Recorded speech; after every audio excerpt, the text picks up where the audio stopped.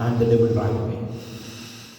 So Lenten season is a time is asking us how to resist temptation through our fasting. We need to create a hunger for God.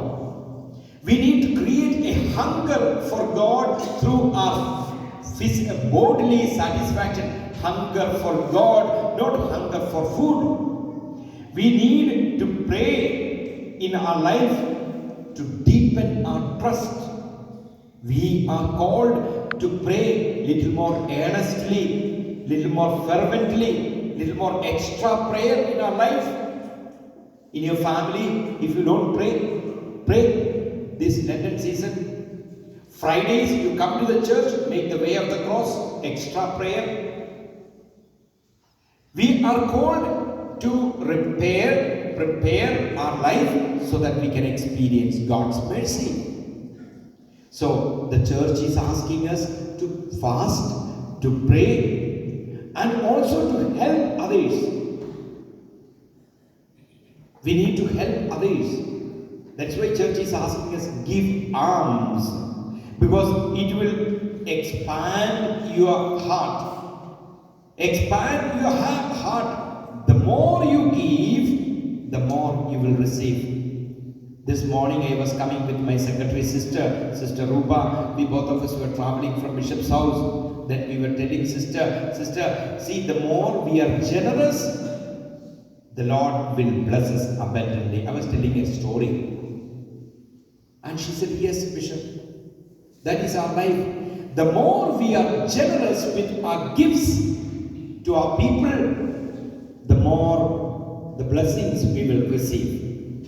And the Lord, the church is asking us to take these small steps, faithful steps, open to the grace of God.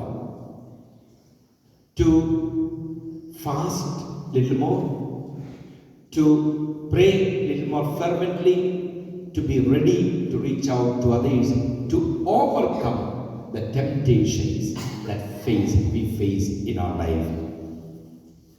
Sometimes we feel spiritually weak. We feel, what is the use of going to the church? We feel spiritually weak. Here again the St. Paul is telling us, grace abounded all the more when you are weak. Grace, God's grace abounded all the more. Perhaps some feel distant. Remember the book of Genesis. God Himself breathes life into you.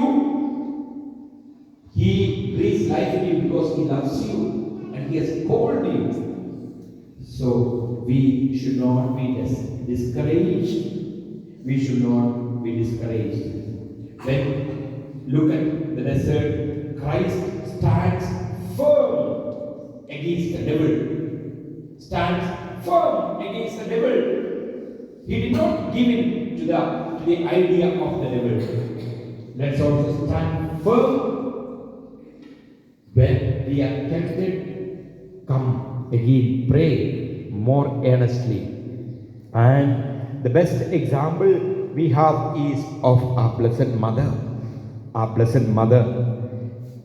From the beginning of humanity, we find our Blessed Mother constantly accompanying the church and His children.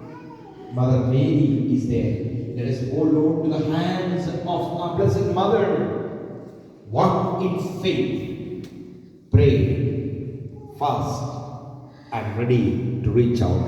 Mother Mary teaches us that we need to journey with her to her Son Jesus.